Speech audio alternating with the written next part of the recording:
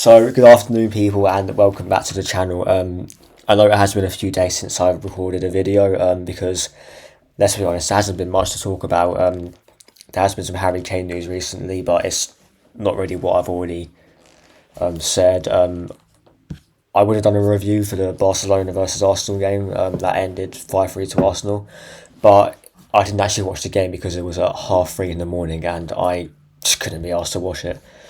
So today we are going to move on to some Chelsea news involving Brighton and Moises Caicedo.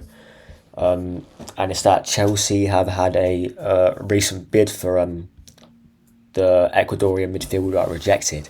So before we get into it, make sure you all like, subscribe, share, all that good stuff. The views and all that stuff have been doing a bit better recently, but come on, we can get it a bit higher. I also reached 1,000 views since the channel first started, when I started doing videos again.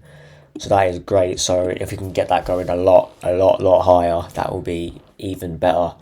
So we are going to talk about Caicedo, and I'm going to read out this article from Football London. Just whatever I read, just take with a pinch of salt, because this newspaper website is a joke at times and they hardly get stuff right. So Chelsea have dealt another major blow to their hopes of signing Moises Caicedo. The 21-year-old has been heavily linked with a move to Stamford Bridge this summer, as Mauricio Pochettino looks to further bolster his midfield options. Football London understands, well, we'll take that a bit lightly, that the Blues has seen a new bid for Caicedo in the last 24 hours rejected. Chelsea's offer was immediately turned down despite the Ecuadorian international's desire to leave the Amex. I lost where I am now, hang on. Okay, with reports claiming that the offer was worth around 80 million, Brighton are committed to keeping the player unless their valuation isn't met. What else is there? There is... Despite the Seagulls' stubborn stance, the West Londoners remain determined to sign Caicedo, who has recently informed his desire to join Chelsea. While Chelsea looks well positioned to secure the Ecuadorian signature, they're running out of time with a new season set to commence in nearly 2 weeks. And this is the thing as well. The fact that it's not long now, so Chelsea's first game, which is, I believe, against Liverpool at home, they're going to need to get their ideas quick, because Liverpool have a very strong midfield now with the signing of Szoboszlai, McAllister. They've let Henderson and Fabinho go, which they had to at some point. I know they were good players and good service at Liverpool, but I think to actually compete with them, especially in that game, that's on a Sunday, I believe it is, they're going to have to get their ideas boxed up quick, because that game we're looking a bit mad. So there isn't much else about Caicedo, apart from there's some news about interest in Paulo Dybala. The fact they've added Christopher Nkunku, who looks a very good player, by the way, and Nicholas Jackson, who scored the other night. Again, I think it was against Newcastle.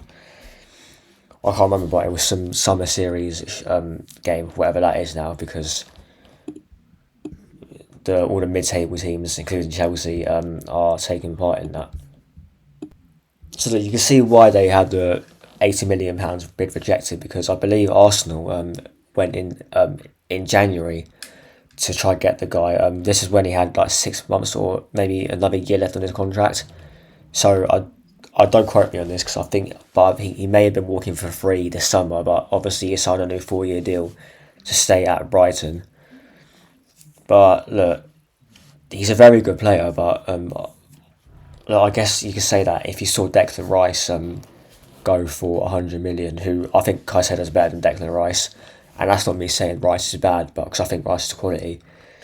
But if you need to get a player to be a mainstay in that midfield and be an N'Golo Kante replacement, because obviously he went to Saudi club this summer, you're gonna have to pay the money for him. And look, I think if Chelsea were to get him, it'd be for about £100 million, maybe more, considering how much other midfielders went for.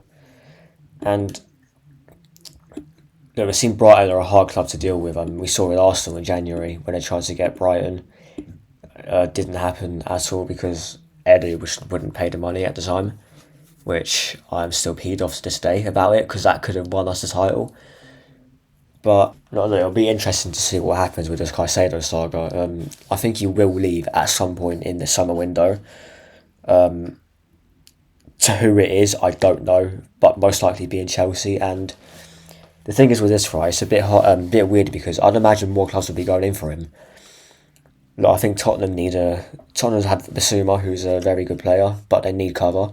Arsenal need cover because yeah, after in that number six role, it's Thomas Partey and Declan Rice, but Declan Rice has already got an injury, and he's been here for like what 2 weeks. Thomas Partey's injury prone, and after that it's Jorginho and El Neni, and look, that isn't a great midfield if you think about it. So, look, I think other clubs should be going for him. I'm surprised it is just Chelsea, but we'll see what happens as this month drags on. Look, I'm going to end it here. Make sure you all leave a like, subscribe, and share the content around. That will help a lot. Road to 30 subscribers is on. I think we're like maybe 4 away. I think it is. So once we hit that milestone, we'll keep on going. We'll keep on building, and eventually we'll get to where I want to be in this channel, and that's one of the most subscribed Arsenal channels on the platform. Which, look, I hope it happens, and I'm going to try and make it happen. But I cannot do that without all you lot. So remember, like, subscribe, share, all that good stuff, and I'll see you lot in a bit.